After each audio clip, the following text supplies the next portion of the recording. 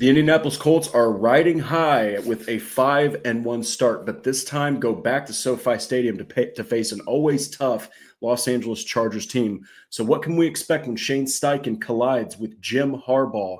What can we expect from an incredible Colts offense when it faces a potent Chargers defense and Justin Herbert faces a banged-up Colts secondary? And how do you, the fans, see this across the country game pulling out for Indianapolis? Well, let's talk about it. Welcome to the Horseshoe Huddle Podcast, as always, brought to you by Indianapolis Colts on SI.com. My name is Drake Wally. I am co-deputy editor for the site, co-host of the show. Noah Gebert over here is the co-host of the show and analyst for our website. Noah, this one, the Colts have been criticized very heavily for not playing very many worthy opponents, not very many, competitive opponents. So this is really the start of what's going to be a tougher stretch of the schedule, as you pointed out on our last show. How you doing, man? How's your week been? And what do you think of this matchup? I think it's very good for Indianapolis. Yeah, it's been good. This is a completely different storyline than what we had last week, where we were kind of throwing it up in the air. Hey, they're playing Kyler Murray or they playing Jacoby Brissett. I feel like either one of them would have been an okay matchup for the Colts. Obviously, they ended up getting Jacoby Brissett, which, he definitely had his day against the Colts defense, but Colts came out on top in that game. This week, you're facing an entirely different opponent here with probably a team that you might expect to see in the playoffs come January or February for this team, and they might face them in the AFC. Headed up by Justin Herbert, a much higher level quarterback. You faced Matt Stafford this year, but this will be someone up there in that tier that you're going to have to face as well and deal with. So, despite all the injuries the Colts might be having, down some players, down especially in that defensive secondary, going to have to come out and figure out a way to come out on top against a really tough opponent. Well, and, it's good that they are hitting this stretch, because Indianapolis, man, we've said it time and time again on this show. We just saw the Dolphins almost beat the Chargers. You know what I mean? The Dolphins, by all regards, suck. They are not playing good football. Mike McDaniel is, by all regards, probably on his way out this season. But they gave the Chargers a very competitive game, and I think that they won by two points. So this is a league, ladies and gentlemen. I got to put it into perspective, where we've said it over and over, but people just don't necessarily get it. Any given game day, even the worst team can press the best team, or they can beat the best team. So Indianapolis has done nothing but play who's in front of them. But this game right here is going to be huge. We're looking at the schedule here, Noah. And after the Chargers, then you do have the Titans, and they do get them at home, and that's a team that just canned Brian Callahan. But after that, man, you've got the Pittsburgh Steelers, you've got the Atlanta Falcons, you've got the Chiefs after the bye, then you've got the Texans. By the way, the Texans, I know that they've had their struggles. That freaking team has a number one defense. They have a defense that is good against anybody, can give any quarterback problems. Then you've got the Jaguars. Liam Cohen's got them playing good football. And then it's the freaking Seahawks. And then it's the 49ers. And then it's the Jaguars. And then the Texans to cap it off. No, that's a difficult schedule, to end the second half after this one here. If Indianapolis can come out and finish the season, with 11 wins, 12 wins, something like that, that's impressive. But so far they're playing like a team who can achieve more.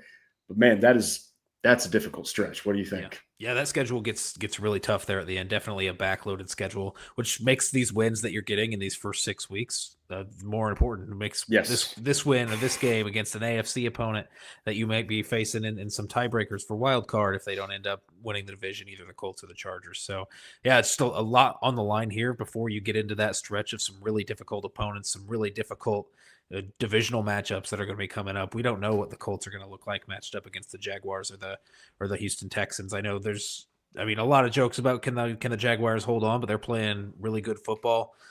Same conversations were happening about the Colts before the season started. We'll see kind of what they look like when they match up. Texans are obviously going to be a huge matchup as well. I think that was the number one threat. The two-time division champ or conference division champs coming into this season, that you to be the best, you have to beat them, right? You have to be you have to handle your business against the Houston Texans to come out on top of this division. That's goal number one. So yeah, just put yourself in good position. And that's what the Colts have done right now with a 5-1 start, really close to a 6-0 start. So yeah, just don't let some more of those games slip away like they did against the Rams with some unfortunate mistakes. Yeah. And outside of Tennessee, this conference, everybody was like, well, this is, the Indianapolis is they're clearly the best team. And that's fair. Right now, they literally are. But man, they've played one divisional game. They still have 5 left, and they're all going to be coming as soon as next week. Not this week with the Chargers, but starting next week. But guys, thank you so much for jumping in here. Lindsey Mack, howdy Colts fans, bouncing for this game Sunday. Can't wait to prove the haters wrong and show we can destroy good teams too. Looking forward to catching the show on Spotify. Lindsey, first off, you're amazing. Thank you so much for tuning in here. If they can even beat the Chargers, that's fantastic. If they somehow go out there and they beat them by 10, or I would say if you beat the Chargers at home by 10 points, yeah, that's a substantial victory. But no, I mean, if they go out there and just get the W at SoFi Stadium, which is going, I mean, there's plenty of Chargers fans. I will say I don't think there's as many Chargers fans as there was when they were in San Diego, right? Yeah. But that's going to be a tough atmosphere. The Chargers are always a tough team, and they were a tough team before Jim Harbaugh took over as head coach. He's going to have them ready to play against Shane Steichen. Yeah, for sure. I think Colts fans were a little bit spoiled here early on in the season with those double-digit victories that they were getting over some of these lesser teams. Yeah. Let's just pretend that era is over and just focus on, hey, if they win by 1 point, every other game they win for the rest of the season, we're going to be okay with that. Like we've mentioned, yeah, when you're going into January, all you're really looking at is the wins and the losses and how they stack up, not how much you beat a team by. But yeah, right now, currently number 1 in the NFL in terms of point differential. I think the Colts are with 78, 76, 78 or something, which second place in the NFL is around 40, 48, 49. So, I mean, they're outscoring the rest of the NFL in terms of point differential by quite a bit. Expect that to even out a little bit. Maybe they'll still be up there in that top 5 by season end, but yeah, I would expect that to even out a little bit and get a little bit closer. So we'll see some 3-point games, some 2-point games, some things like that coming up, especially here in the back half of the season, but starting especially with this week against a Los Angeles Chargers team who, like I mentioned, we might be seeing again in January. Yeah. I mean, it's going to be a tough game, and I think that if they can pull it off, they're really making a statement to the rest of the NFL. So we'll go ahead and get started here. We're going to do a nice and concise recap of the Colts versus Cardinals. So as Noah kind of mentioned, they didn't play Kyler Murray. They played Jacoby Brissett, which has shown in the past, when the Colts have played backup quarterbacks, it's not really panned out too well for them. And it almost didn't. Jacoby Brissett torched Indy's defense for 320 yards, of course, 312 if you remove the 8 yards from his 2 sacks, 2 touchdown passes, an interception. They ran the ball 24 times, 88 yards, only getting 3.7 per catch or per carry. But the story is, I mean, Noah, the Cardinals didn't have Marvin Harrison Jr., but what seemed like a quarter. Yeah. And Trey McBride, man, I mean, he demolished the target share. He had 11 targets in this game out of 39 passes. But the story is Zay Jones. That's a name that some of you might be like, okay, yeah, I've heard that. Or maybe a couple hot seasons when he was in Jacksonville, you were like, okay, let's add him off the waiver wire. He is not a household name. He's not a guy that's going to threaten you very often. He led the team in receiving yards. He averaged 15.8. So no, I think that in this game, the defense really showed its lack of cornerback depth after all those injuries. But as far as the Colts offense, of course, they did their thing like usual. Daniel Jones had 3 all-purpose touchdowns. Jonathan Taylor tore it up on the ground. Of course, Tyler Warren and Josh Downs tied for the lead with 6 catches each. Just in brief, what did you think of the offense? What did you think of the defense in this game? Because regardless of if the Cardinals have lost 4 in a row, they've lost those games by a total of 9 points. Yeah, and we'll start with the offense and how they performed against Cardinals defense, like you've mentioned, keeping those games close in every game that they had won or had played previously. So this wasn't a lackluster defense they were going up against. This is a solid NFL defense, and the Colts offense Started off with that touchdown drive, and then there was a little bit of lull in there, but they got back on track. Were able to keep it together and put together some really solid drives there at the end of the game. I think the big storyline that you come away from this offense is they continued on that red zone success that they started earlier in the Las Vegas Raiders game. I think they were 6 of 6 in the Raiders game, and the trips to the red zone resulting in touchdowns, 4 for 4 against the Cardinals. So yeah, you just doubled that. You're 100% in the red zone the last 2 weeks, which is an insane number. You shouldn't expect that to continue like a lot of the Colts' success, but at least they're like, because early on in the season, they were struggling quite a bit. Bottom 5, bottom 10 throughout the first 4 weeks of finding success in the red zone. We kind of always thought the pieces were there. You just gotta figure it out, and they figured it out to the tune of 100% in the last 2 weeks. So we'll see if that continues moving forward. Then on the defensive side of the ball, it was just a defense that was the pregame insanity we talked about on Monday, where you lose your starting corner, probably the best player on the defensive side of the ball, 30 minutes before the game starts.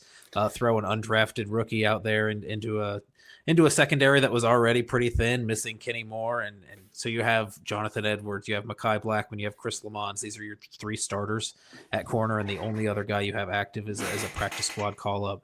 So yeah, you were battling some serious things before the game even kicked off on Sunday, and they definitely got picked apart. Like you mentioned, these receivers, Marvin Harrison Jr. went out pretty early, but Trey McBride was able to find success against the linebackers. Guys like Zay Jones, guys like Greg Dortch were able to find success against these corners, because you're sitting here like Zay Jones who and Greg Dortch who, these names, but I mean everyone was saying that about the Colts corners too. Nobody knows who Jonathan Edwards is unless you listen to this podcast every week. So you're talking to you're just talking a really unproven secondary group who, by all accounts, is starting again this week, because you haven't really had time to make any adjustments. Nobody's really returning from injury. We'll see what Kenny Moore looks like, and hopefully he can kind of bolster some things on the defensive side of the ball so you feel a little bit safer. But still, both of those outside corner spots are going to be pretty vulnerable. Yeah. So in short, the Colts showed 2 things, mostly 2 things on Sunday against the Cardinals. We won't even mention the offense. The offense showed that despite the fact that it's a close game, Daniel Jones proved that he can go out there and win it. Yeah. That's what he proved. Jonathan Taylor proved that he is him. And the offensive line was blowing over people, minus Matt Gonsalves getting blown over in pass protection. But man, they showed that this lack of starting prowess for their corners outside of Mekhi Blackman, you're looking at a very vulnerable piece of Lou Anarumo's defense. Now you're also looking at this pass rush, Noah. And I mean, I know that it's not all on Latu and, Buckner and, Kwity Paye, who actually had a couple sacks. Yeah. They just don't seem to be getting the pressure that they need on these quarterbacks. And, we'll get into it because we do have a game to talk about, but man, they've got guys like, of course, Herbert. Then they've got guys like Rodgers and Darnold and Mahomes and, Lawrence, Stroud. Those guys are going to feast if Indianapolis doesn't improve that pass rush and if they can't get some of these key cornerbacks to return. Yeah, I mean, it's hit or miss, the pass rush throughout the first few weeks of the season so far. Just in some weeks, like you're like, hey, they're getting pressure, but most weeks you're sitting there like, this isn't really what we expected. Yeah. With Lou Anarumo's defense, with the kind of the talent that you figured they would have coming into this season. JT Tuimoloau has been a non-factor this season. A lot of healthy scratches. Kwity Paye not really getting the quarterback outside of last week. Samson Ebukam's obviously had some hot and cold games coming back from that Achilles injury. You're not getting a lot of consistency from a lot of these guys. And while Latu is out there playing some pretty solid football for you, just the raw numbers in terms of pressures and sacks, not really blowing anybody away at this point in the season. So we'll definitely get into this more when we're talking about how the Colts are going to match up against this Chargers offense, which I think you have the opportunity there to kind of get right in terms of pass rush. So we'll talk about that a little more then. But just you want to see more, and you want to rely on that, especially when you're dealing with the lack of depth and the names that you've got sitting there at outside corner, especially there on this defense right now. Yeah, not a bad win, right? Not a bad win. No win is bad, but there's a lot of things I think that the Colts showed the rest of the NFL that they can be beaten. I mean, Indianapolis does have a glaring weakness. So, but we're going to go ahead and just jump right into this game, man. So Indianapolis has got the Los Angeles Chargers ahead. And the Chargers, by all regards, I mean, they're a good football team, 4-2. I think that right now they're, if I'm not mistaken, I believe they're third in the AFC. I might be a little bit off on that, but I do think that they're third. This is a team that has a defense that has kind of sort of been up and down. Of course, Khalil Mack, I think that his 21-day window just opened up. He's not going to play. But this is a team that gets after the quarterback. They can stop the pass, right? Yeah. They're a little bit more vulnerable against the run, but I mean, they've got some guys. I think one guy really stands out to me. I'll mention him. He's definitely not a household name, but what are your thoughts on this Chargers defense just right out of the gate, Noah? Yeah, I mean, we talk about the Colts injuries and what they're dealing with. The Chargers are dealing with those injuries as well. A lot, yeah. Yeah, you mentioned Khalil Mack, Junior Colson, the linebacker. I mean, they've got injuries on that side of the ball. A lot of them on offense as well. It's just the matchups. They still have those star players on the defensive side of the ball. Diane Henley playing really good football at linebacker, probably somebody that you would like to see matched up on Tyler Warren sometimes if you're the Chargers, or Derwin James. They have guys to neutralize guys like Tyler Warren. Just this defense, I think I would especially lean there on that linebacker there and Diane Henley, just in the way that he's playing this season to really take away a huge threat that you have with Tyler Warren on the offensive side of the ball, especially in a week when you're not expecting Josh Downs to play. Those two have been kind of your guys that you're going to on third and short, third and whatever, the guys that are controlling the middle of the field, the guys that can win quick and pick up some yards after the catch to really extend drives and keep your offense on schedule. When you're missing one of those guys and you're facing a team that has some pieces that can take away the other one, then you might be looking at some trouble. But you've also got, you've got so many threats on this offensive side of the ball. A run game of Jonathan Taylor, Daniel Jones throwing it out to Alec Pierce and Michael Pittman on the outside, who've both been really effective. So, yeah, it's just hopefully you can still get Tyler Warren going despite those chess pieces that the Chargers have on the other side of the ball, but then also be effective on targets to other receivers without Josh Downs out there. Yeah, and you're also kind of, I mean, this is what I wrote yesterday in my 5 keys. So Los Angeles is potent, actually, against passing attacks. They're 7th in the NFL in pass yards allowed, and they're 7th in sacks. Now, the funny thing is they have the same amount of sacks the Colts have with 16. So Indianapolis, it's so I was actually quite surprised. I was like, holy crap, they're a top 10 team in team sacks. I didn't believe that when I saw it. I was like, how? So, but the Chargers, they're going to bring the pain when it comes to stopping the passing attack. Now, I don't know if they faced, Noah, an offense that has so many ways to attack you. Of course, we'll go ahead and get this out of the way. If Josh Downs can't suit up, right? And then if Ashton Dulin can't suit up, there's one man that the Colts will have literally no choice but to give another chance to shine to, and that's Adonai Mitchell. Now, I don't know what you would expect from Adonai Mitchell, because last time he saw any meaningful snaps, he literally lost the game for his own team. Yeah. But going back to the same stadium that it happened in, maybe there's some mind games there. It's interesting dynamic that you throw out there. Yeah, what a week for Josh Downs and Ashton Dulin to miss 2 straight practices. But you're hoping that Josh Downs can return. But Noah, I would expect 2 things from this team. Number 1 is for them to try to do everything possible to find Tyler Warren. So I actually looked this up. Pro Football Focus cover grades for Troy Dye, 47.9, Diane Henley, 53.7. The lowest is Dye's 47.9. The highest is Henley's 53.7. Yeah. Now, of course, you do have to worry about the cornerbacks. And without even going into this, I mean, too deep. People might, for some reason, his name kind of gets forgotten, and I don't know how. Derwin James, guys, he is a linebacker. He's basically a cornerback. all just wrapped into a safety designation. Like, this is a guy who's an absolute freak of nature. He's probably going to see a lot of Tyler Warren. But I mean, Noah, this game really has Tyler Warren written all over it. I mean, he has an opportunity to shine.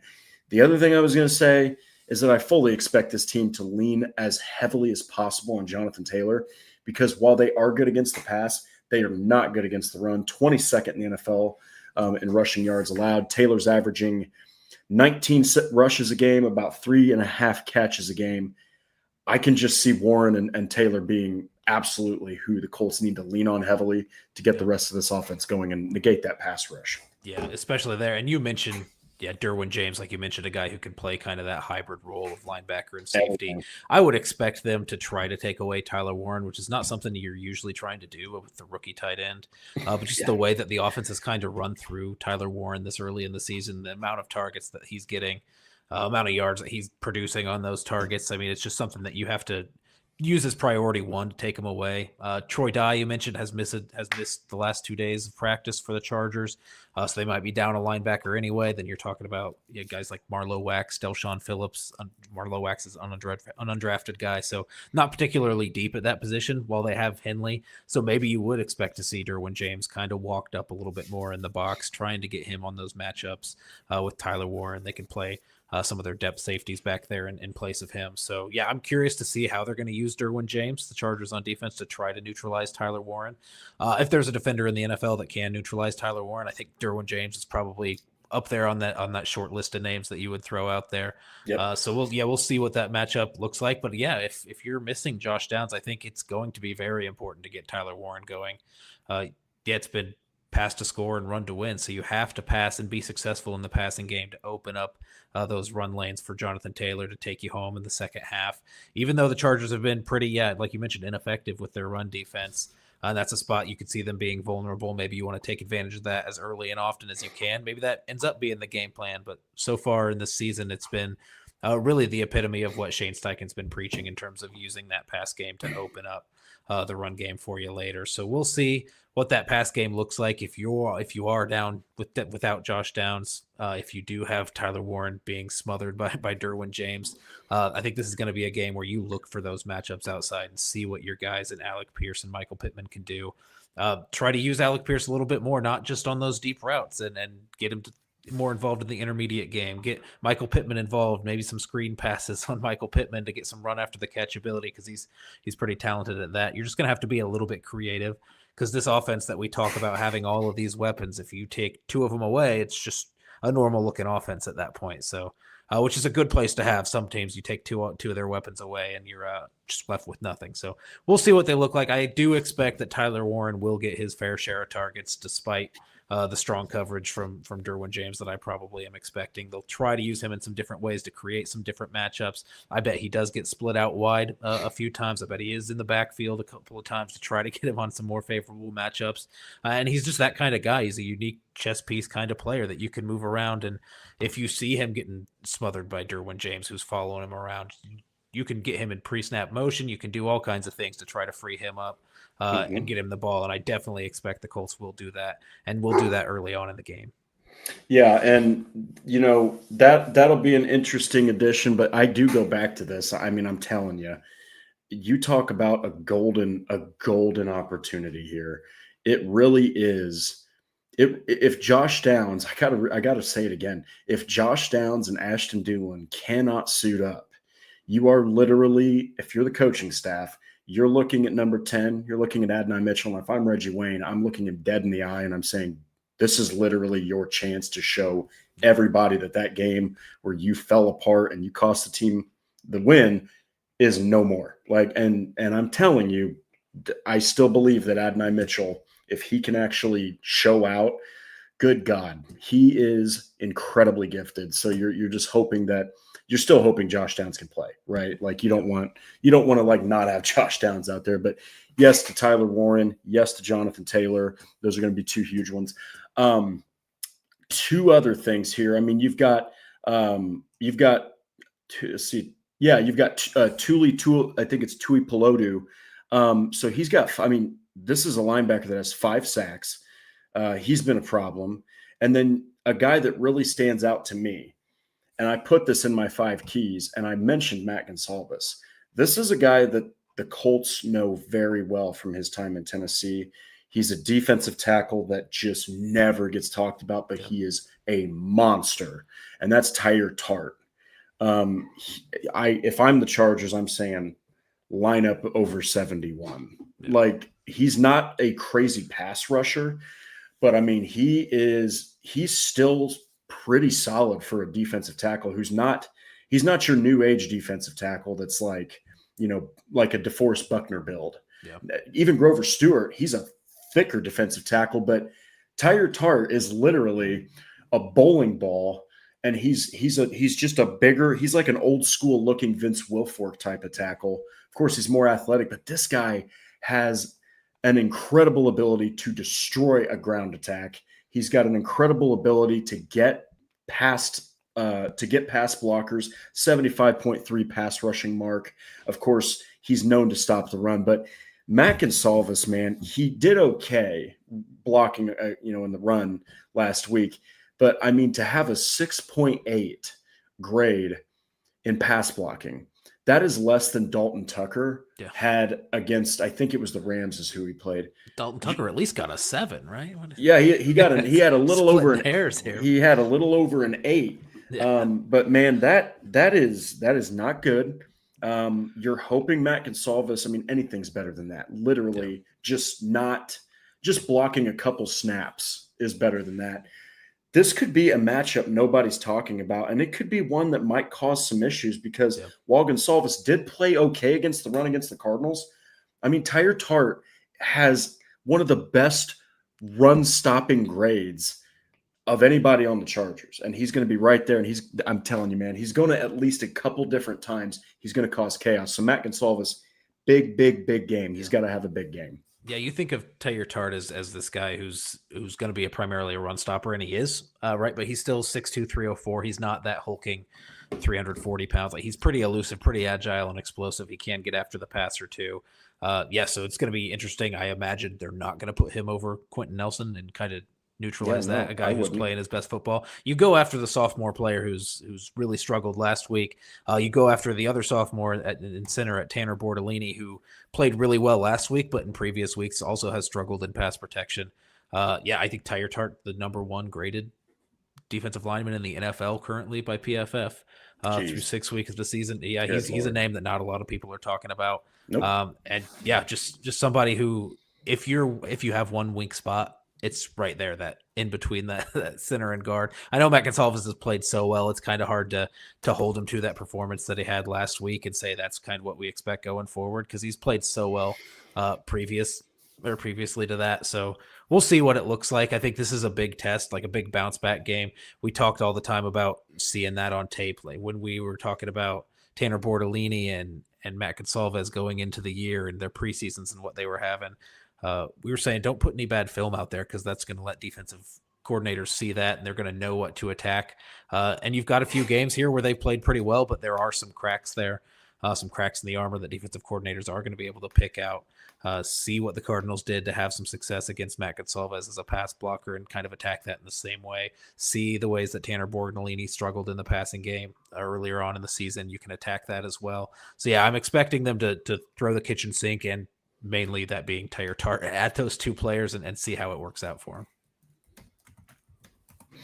Yeah, I mean, it's gonna be key, massive for Matt Gonsalves, because I love the fact that you brought up that he is the number 1 graded overall defensive grade for a defensive tackle.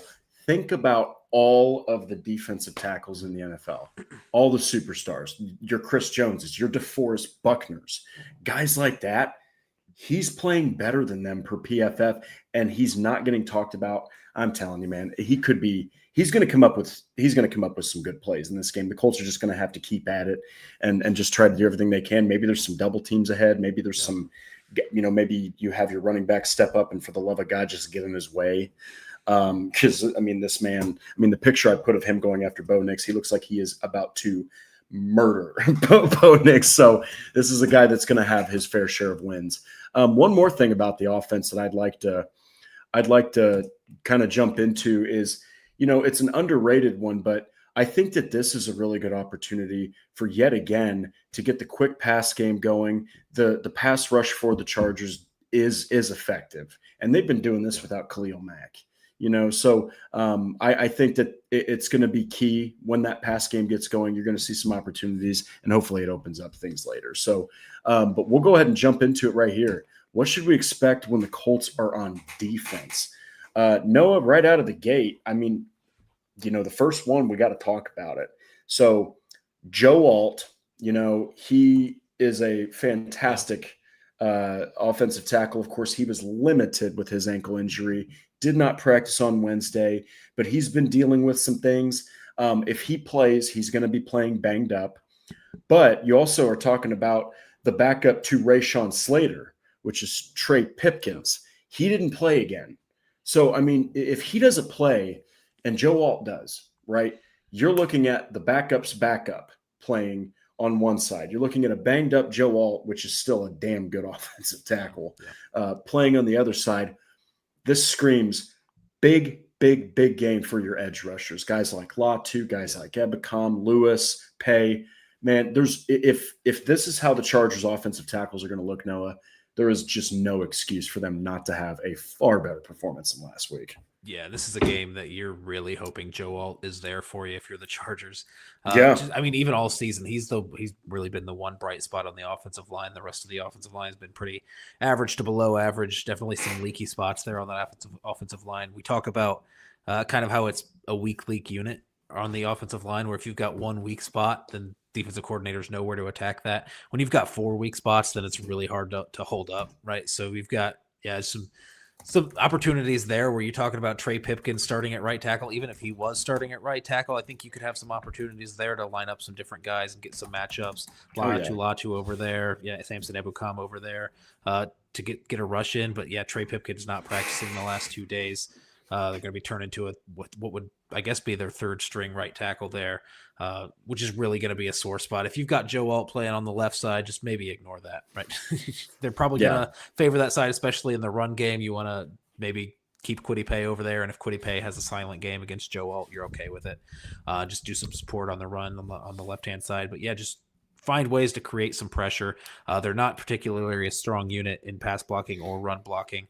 This is – I think, it's just kind of a game where if you're hot and cold as a pass rushing unit, you need this to be one of the hot games that you have as a pass rushing unit, because you're not going to find that many more matchups that give you these opportunities to get pressure and create pressure against these third string linemen that you might be seeing that against the Chargers this week. And I know it's getting a little bit into the thick of the NFL season, so you're going to be seeing some injuries pretty much from every team coming up. But when you're getting down to practice squad call-ups and guys who are signed off the street to play right tackle, that's when you really need to come in and have your guys who you're very healthy on the defensive line right now. You've got all of your starters. You've got Buckner, Grover Stewart, Neville Gallimore, all these guys on the interior. You're not missing any snaps from Kwity Paye, from Latu, Samson Ebukam, Tyquan Lewis. All these guys are healthy, have been healthy. This is the game where you got to really put it all together there on the defensive line and create some pressure against an offensive line that should allow some. Yeah, Paul, I'll get to your super chat here in a little bit. So interesting factoid that I found out. Cam Ward has been pressured the most in the NFL, 92 times in 6 games. That's basically 15.5 pressures you're taking a game, which for a poor rookie, good God, that's awful. But interestingly enough, Justin Herbert, who's actually out here having a decent season, has been pressured 92 times. That is not a good offensive line. It's just not. I mean, you're going to have so many opportunities. And I look at guys like a guy that's had a surging year based off of how little he's done in previous seasons is Adetomo Adebawore. Yeah. That's a guy that could have an impact. Latu, this is a game where he needs to go out there and dominate. He needs to honestly, he should go out there and have at least a sack, at least 6 or 7 pressures. He needs to have himself a heyday. So that's going to be huge. Before we continue here, we're going to go ahead and jump right into Paul's chat. I love this idea. Noah and Drake, since you always lead us into Thursday Night Football, could you guys add a pick each week for the Thursday night game just for fun? That's a really, really good idea, actually. I mean, it'd be super quick. If I'm picking tonight, I am picking Pittsburgh, right? Because, I mean, you're talking about I heard this said one time. You're talking about the corpse of Joe Flacco out there, playing, and Colts fans got a little bit of a taste of what he does and doesn't do. Props to Joe Flacco. He just keeps on staying in the league. But I fully expect people might be looking at this game like, well, the Steelers are going to definitely win. Expect this to be close. I just think it's going to be close. I think the Bengals, whatever the spread is, I think they cover that. But I would probably say Steelers. This is an AFC North game, so I'd say Steelers 24, Bengals 21. What do you think? Yeah, I think you should expect that. Pretty much all divisional AFC North games seem to be pretty tight. Yeah. I love the matchup of 55-year-old Aaron Rodgers and 65-year-old Joe Flacco going up against each other.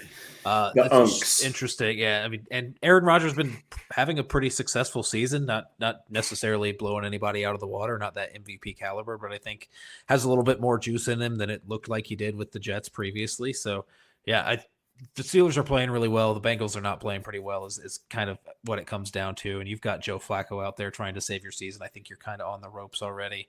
So I would expect the Steelers to come out on top. And this is a Steelers team the Colts are going to see later on in the season. So, we'll see. I'm interested to watch just to kind of see what that matchup might look like later. I don't think it's going to be a super high-scoring game tonight. Definitely a close one. But, yeah, I do expect the Steelers to come out on top. I'll say 21-17 for the Steelers. Yeah. Paul, that's a damn good idea, man. We might keep on rolling with that. It takes almost no time, but thank you so much for your super chat and the idea that you threw out there. The other thing that I do we got to mention this, Noah, is it's that secondary. Cam Bynum, Nick Cross, you don't got to worry about your safeties, but for the love of God, you got to worry about those cornerbacks. Even if Kenny Moore, guys, even if he comes back, he might not be 100%. Charvarius Ward is going to have a miracle from God himself. Bless the Colts organization for him to make this game. Fully expect him to miss it. Yeah. But I put this, man. I mean, you're asking right now, Noah, unless there's a move made, you are asking Mekhi Blackman, Jonathan Edwards, and Chris Lamons, who basically were your cornerbacks, to face off against Keenan Allen, Quentin Johnston, and Ladd McConkey. Yeah. I mean, that's a three-headed monster of wideouts by all regard. People don't really talk about either one of those guys too much, but they're each having good seasons, and in fact, when you look at the numbers, I'm looking at them right now. I mean, so the leader in receptions is Keenan Allen with 33. Can we just say that this dude's basically back to his prime? I mean, he's averaging almost 6 catches a game. Ladd McConkey has 28. Johnston's played 5 games, has 26. I mean, dude, that's a really threatening trio of wide receivers. And I'm sorry, they're not Greg Dortch. They're not, Michael Wilson and freaking Zay Jones. This could be a massive problem, especially if somehow this offensive line for the Chargers is able to withstand what the Colts are going to throw at them in the defensive trenches. I'm a little scared. I'm not going to lie. Yeah, that's the big discrepancy you're talking about, is you were talking about Greg Dortch, Zay Jones. Either one of those guys would be a wide receiver 4 here. Exactly. Maybe farther back. Maybe even further down than that. Yeah. If you're like, Trey Harris. I mean, there's just some weapons there on the offensive side of the ball. The receivers remind me a little bit of what you've got in the receiver room with the Colts, where you've got Michael Pittman, Josh Downs, Alec Pierce. Nobody's really jumping out at you to be the de facto number one or the definite number one in any given game. You can really, depending on the matchups, turn to any one of those guys and make them the superstars that are going to produce during that game. Quentin Johnston, I think, definitely had a rough start to his career, and often some memes have been made about him, but has put together a really solid season so far. And then, Ladd McConkey, Keenan Allen, these are reliable guys. Keenan Allen, kind of your Josh Downs type, who's going to be in the slot and win quick. They just have those weapons. But you're looking at tight end, where the Colts kind of have a similar receiving room. They've got Tyler Warren there. to be a tight end as a different kind of threat. Jonathan Taylor has been a threat out of the backfield. You don't necessarily have that with the Chargers right now. Aronde Gadsden has come on, played a really strong game last week. Maybe they're finding a little bit of something there as a receiver there out of the tight end spot for the Chargers. But then, Kamani Vidal, Hassan Haskins, good pieces, solid pieces. But, I mean, you're down on Marion Hampton, Najee Harris. These are your third and fourth running backs for the Chargers that you're talking about. So not as many threats, but definitely you're talking about that receiving core. It was a very solid receiving core and one that, you would compare to the Colts going up against this Colts defensive back room that has been decimated and playing the same group that really struggled last week. So, I'd expect the Colts to try to minimize some of those matchups that you might see on Jonathan Edwards. I don't want to see Jonathan Edwards manned up with Ladd McConkey throughout the whole game. The Cardinals did a really good job when they played them they didn't have a ton of talent there outside, but they were able to get guys open because they kept some extra guys in there to protect them. So protecting with your running back, protecting with your tight ends, even just chip blocking with your tight ends. Try to help out a little bit of that weakness for the Chargers offensive line by keeping in some extra blockers. Maybe you don't have that big of a threat at tight end as a receiver. So maybe you bring in Tyler Conklin, Will Dissly, and use those guys to help chip or to stay in pass protection so you can get your guys like Quentin Johnston, Ladd McConkey to open up against some of these corners who are really not going to have a ton of chance to guard these guys. I mean, you're just talking about skill level face-to-face. Really all three of these guys and their matchups that they might be getting are really going to have an advantage. So keep some extra guys in to protect and attack that Colts secondary. The Colts just have to find a way to get around that, run some blitzes with the Colts defense and try to find some creative ways to beat what might be some extra protection. If you're not getting a lot of pass rush, then they're definitely keeping those extra protection because of the way that defense, our offensive line has played. So, just find ways to get some creative pass rush pressure on Justin Herbert. I mean, Justin Herbert's going to be a guy who's going to be playing well if he's not getting pressured for sure. So I think that's really the bottom line of this game is find a way to make that process speed up and help your defensive back room who's decimated right now by getting to the quarterback quickly. Do some stunts, do some funky things, get Tyquan Lewis to do that stunt again and get Kwity Paye freed up on the inside, blitz Zaire Franklin up the middle. He's been a pretty strong blitzer throughout his career. If Kenny Moore's back in, throw in some nickel blitzes from the slot, just get creative and find some ways to disrupt Justin Herbert in that pass game. Yeah, and just like Noah mentioned, I mean, on this show you hear all the time about that the Colts have a quick win guy in Downs. They've got an all-around guy in Pittman. They've got a deep threat in Pierce. Well, I mean, the Chargers kind of have that similarly. I mean, Keenan Allen, he's the guy that's going to soak up a bunch of receptions and targets. Ladd McConkey has been more of your even keel, kind of like he's got a really nice base of what he can do, averaging 11 yards per catch. And then you've got your explosive threat in Quentin Johnston, who averages almost 15 yards a catch, and he's leading the team by a substantial margin with almost 76 yards a game.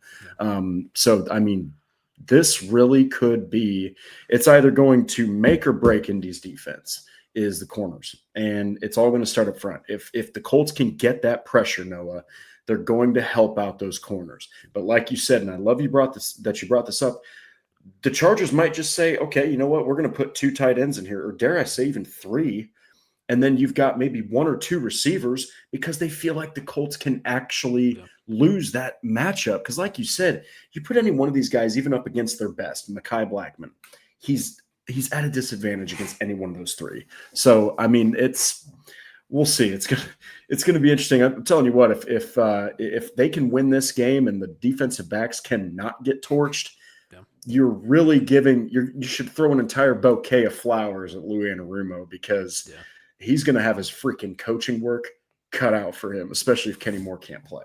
So this is the game. This is a game where you would want Josh Downs on offense because you're going to have to put up some points. The Chargers are going to find some success against this defense just because of the state of that secondary right now. So you wish you were at full strength. We'll see whether Josh Downs gets that playing time or not. But even when the Colts haven't been at full strength, even when they were down, they were starting Dalton Tucker at guard. I mean, they've put up 29. I think they're averaging 33 points a game right now. That game where they scored 29 was against the Rams, where 2 touchdowns were called back because of A.D. Mitchell. I mean, they have ability to put up points. You're going to need all the points that you can get this week.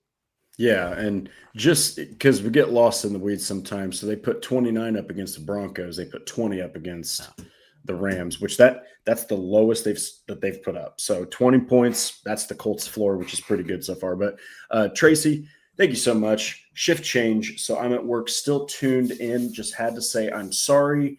Danny Dives, I did not believe.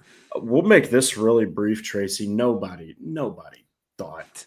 No one out there. I think Patrick Rye, who is the one guy that actually said, that there is a shot because of what you saw in 2022. And I remember when Shane Steichen said he had a hell of a year in 2022, we all were like, oh God, whatever, man. Like, you're just up there. I ran him through the coals in multiple articles saying that this dude's trying to save his freaking job. And Jones was the only guy that he could use as a scapegoat. And, no, we can make this brief. It's something that we've talked about ad nauseum, but with good reason, and it's probably going to continue because he's looked so damn good. Guys, Daniel Jones is on his way to 34 all-purpose touchdowns this season. Eight through the air, 4 on the ground. No one could have seen it, Tracy. I don't know anybody out there that was literally like, you know what? Daniel Jones is going to look like a freaking Pro Bowler and an MVP candidate.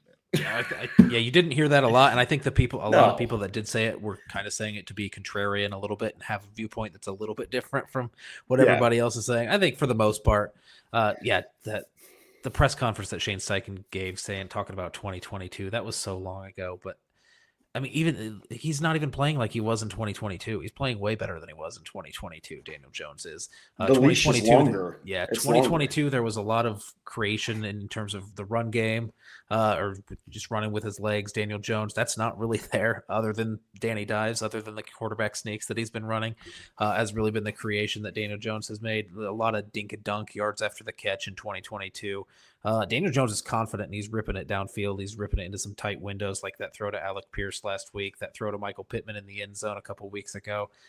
He's making plays that you just didn't see with the Giants. So, yeah, we talk about this often, but I think Daniel Jones deserves to have everybody kind of eat crow every week that he plays really well. I think just based on the amount of times, like you said, his name got drugged through the mud when they were talking about him potentially being the starting quarterback for the Indianapolis Colts this year. So we'll gladly talk about, as long as he keeps performing the way he's performing, I'll talk about this Monday and Thursday every week about how well he's exceeding expectations and how I was completely wrong.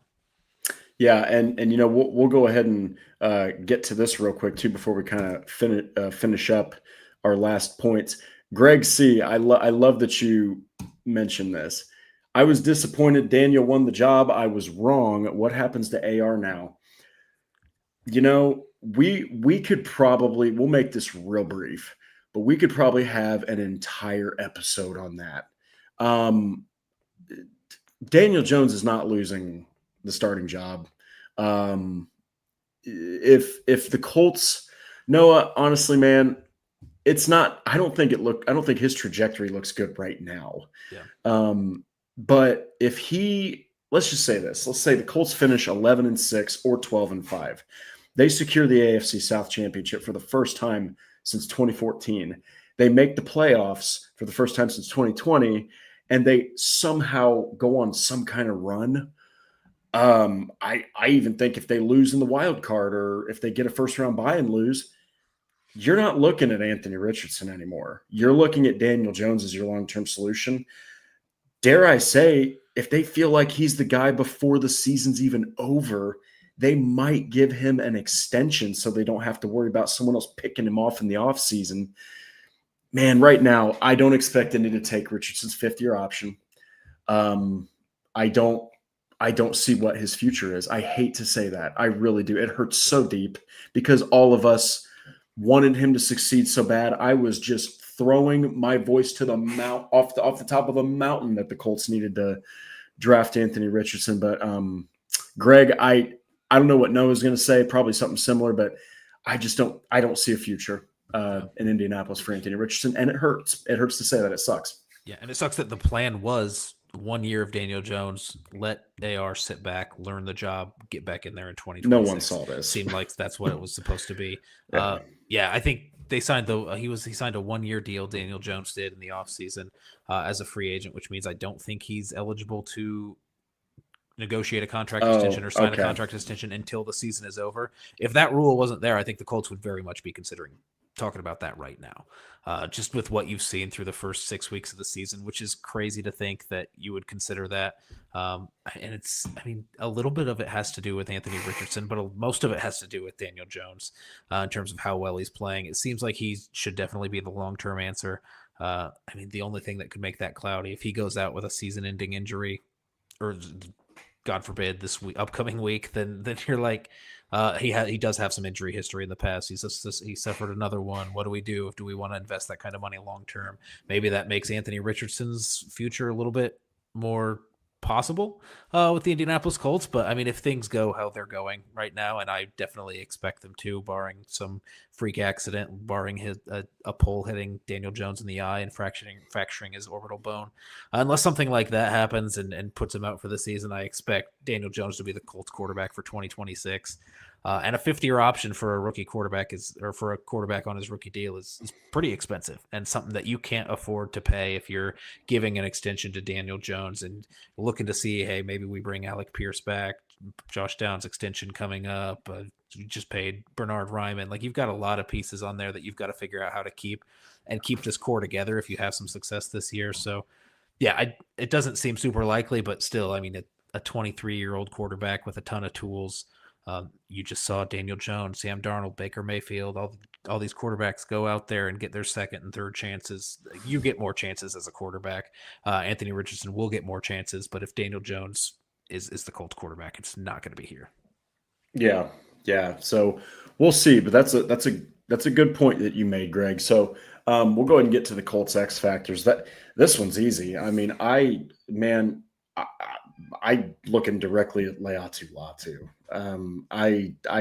You cannot not go out there, and you basically, he needs to look like the 15th overall selection, right, from a couple years ago. He needs to go out there and look like the number one edge rusher for the Colts.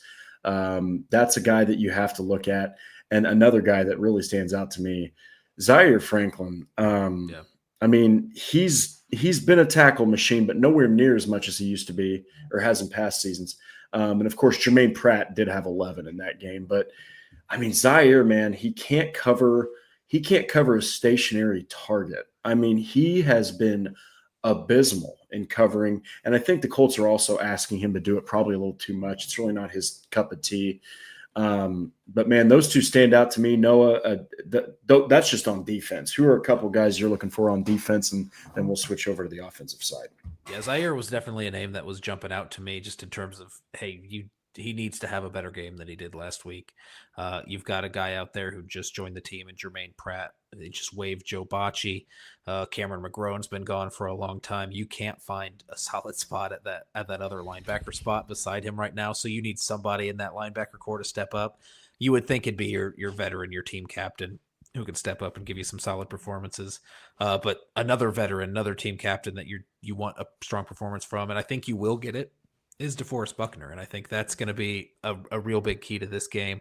If you're generating pass rush, you've been a little bit disappointed in terms of what the edge players have given you this season, just in terms of raw numbers, in terms of hurries and sacks and hits, and what you've gotten out of Latu in the pass rushing department. Kwity Paye hasn't given you much. DeForest Buckner is always someone who's going to be pretty reliable for you on that front. You're going up against a weak interior of the Chargers offensive line. Create some pressure with DeForest Buckner. I think that's going to be a good way to get into Justin Herbert's face, have a 6'7" defensive tackle really getting in front of you, push in the middle of that pocket. Maybe that even creates some things. Maybe you don't see a ton of sacks or pressures from DeForest Buckner, but the penetration he gets up the middle might filter some things out to those edge players to clean up some sacks or get some more hits and pressure on him that way. I really think that's going to be your key there. And even in the run game, like going up against that weak interior offensive line, like you said, make them one-dimensional, make it so they can't run, make it so they have to rely on Justin Herbert in that passing game. Because when you do that, you can really start to tee off with the pass rush. So, yeah, I think DeForest Buckner can be a really strong piece here on defense. When you're not finding pressure from other guys on your defensive line, turn to old reliable and number 99 and let him go to work. Yeah, and on offense, I'm looking directly at Matt Gonsalves. That's the guy that I'm looking at as an X factor, whether for good or for bad. He's going to have a lot to prove, because he's had a great season, right? Him and Bortolini have had great seasons, but that was a piss poor performance in pass protection. And you weren't I mean, yes, Calais Campbell is ageless, right? But I mean, he's not a top 5 defensive tackle like he used to be. And now you're going to be facing a top 5 defensive tackle. By some regards, he's like the best. Tyre Tart, man, it's going to be key to stopping him. And of course, the other guy that I'm looking dead at is Jonathan Taylor. I mean, you're going to need to lean on him as heavy as possible. This is a defense that has not been able to stop the ground attack. They're banged up too. But those are my 2. Who do you have as yours or multiple? Yeah, I think Jonathan Taylor's big. I think we just don't talk about Jonathan Taylor enough and how well that he's playing. We really because I feel like when you're talking about how the game went and how the game's going to go, you just assume Jonathan Taylor was good. Next week, Jonathan Taylor will be good, and you don't really have to talk that much about it. No, but yeah, I mean, this is a game where I think you might struggle to open up the passing game a little bit because without Josh Downs and some strong defensive players on the Chargers side of the ball might be able to neutralize Tyler Warren a little bit. Maybe you lean on the run game a little bit earlier than you have so far. So Jonathan Taylor I'll throw out there, but another big one that I think can really get you going in the run game is Quentin Nelson. Yes. And you brought up the other guard because of some maybe a weak spot on this offensive line. I'm bringing up Quentin Nelson because I think he's a strength of this offensive line, somebody that you can really get behind, really run to the left side. If they don't have Khalil Mack in there, they're a little bit susceptible off the edges. Really, I love seeing Quentin Nelson pulling on some of these plays and getting outside. There was one play he pulled. He didn't even need to block anybody, and Jonathan Taylor got in. I don't expect that this week, but I expect, get 56 on the move outside, get him on some matchups on some linebackers, some DBs, watch him fall to the ground and let Jonathan Taylor just make a little hop step and take it to the end zone. So, yeah, I'm excited to see how they use Quentin Nelson here in the run game because I think they can find some success getting him on some pulling action. Yeah, there is nothing that will keep a defensive back up at night like thinking if Quentin Nelson comes out there on a pull block and is just running. I mean, I don't even know what the hell I would do if I was even the best defensive back in the NFL if 56 was barreling at me. And also, Paul, I see you in the comments.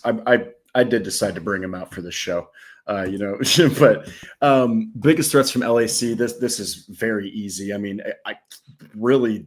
Keenan Allen, Quentin Johnston, and freaking Ladd McConkey, man. Those are the guys that stand out to me. This Colts defensive back room, holy Toledo, man. If they don't get Kenny Moore back, I mean, their depth isn't great either behind Chris Lamons and Jonathan Edwards and Mekhi Blackman.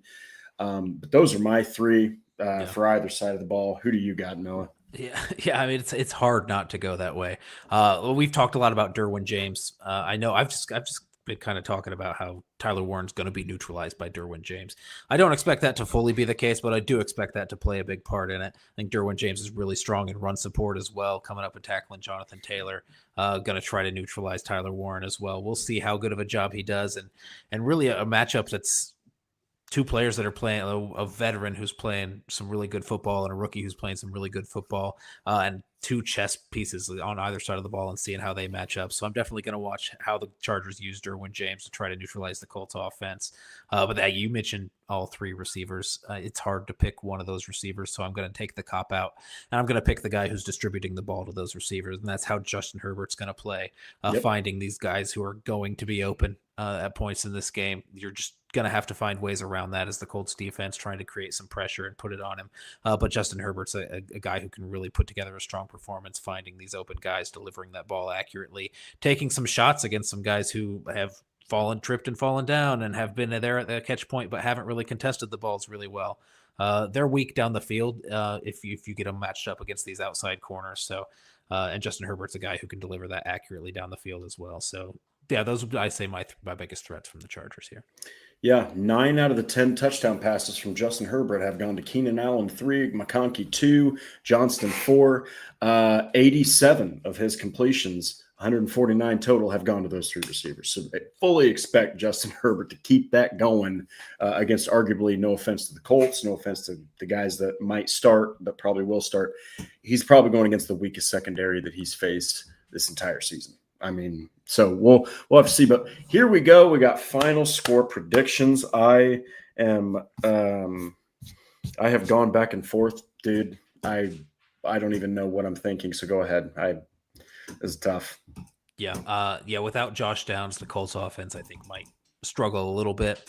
But I still think they're going to put up maybe sub 30, but I'll go ahead and give them all 29, a little cheeky 29 like they did against the Broncos. So we'll give them that. And I'll you know what? I'm just going to copy the exact score that the Chargers had in their last game, 29-27, a really close 2-point victory for the Colts here. Yeah. Before I give mine, we got 4 comments. Okay. So we've got, okay. Well, Greg, what the heck's up with Jalen Jones? Shane Steichen won't tell anybody. He just keeps on saying the same thing about Jalen Jones. So we'll see. Still on IR. Paul Wilson says 28-21 Colts. Wait. Are you cheating on your answer right now? You're cheating off of Paul for your final score prediction, Drake? Oh, no. It's just some of these popped up. Greg C says 31-24 Colts. So I put in our Colts roundtable prediction, I said the Colts are going to win 31-30. And I think it's possibly going to come off of a kicker's foot that used to play for the Chargers named the Money Badger. Yeah. Michael Badgley. And he's not very good from 50-plus in his NFL career, but Indy's offense typically puts their kickers in good positions. So nice 49-yard field goal from Michael Badgley. There you go. Yeah, I just think this is going to be a slugfest. I think that Harbaugh and Steichen are amazing coaches. They've got both their teams bought in. I can see it. I can envision that Michael Badgley hits that thing as it hits 0. That would be pretty awesome. But Sean Conkright says 33-24, and Paul Wilson says Money Badger. I love it. Well, guys, thank you so much for joining us here. It's going to be a great game. It's going to be one of those games that I think is going to entertain. I don't know anybody that's not going to watch this and be like, hell yeah, football. I mean, it's just they got a couple football guys playing against each other. But anyway, we got to wrap this up. We've got a Thursday night game to get to. Like the Horseshoe Huddle on Facebook. Follow Indianapolis Colts on SI.com. On X, we are at Colts_SI. Wish they would change the tag. Subscribe to Horseshoe Huddle on YouTube and click the bell to turn on all the notifications. If you want to listen to the Horseshoe Huddle podcast, that's no problem. Subscribe to us on Apple, Spotify, wherever else you listen to podcasts. Guys, enjoy your Thursday. Enjoy some football between two grandpas of the NFL. Enjoy your weekend. And don't forget, the game is at 4 o'clock East or 4:05 Eastern Standard Time to account for the fact it's on the West Coast. But, guys, we'll be right back here on Monday, hopefully, to celebrate with all you fine people that the Indianapolis Colts won what will be a tough game at SoFi Stadium. So until then, guys, enjoy your weekend, and we'll see you again on Monday.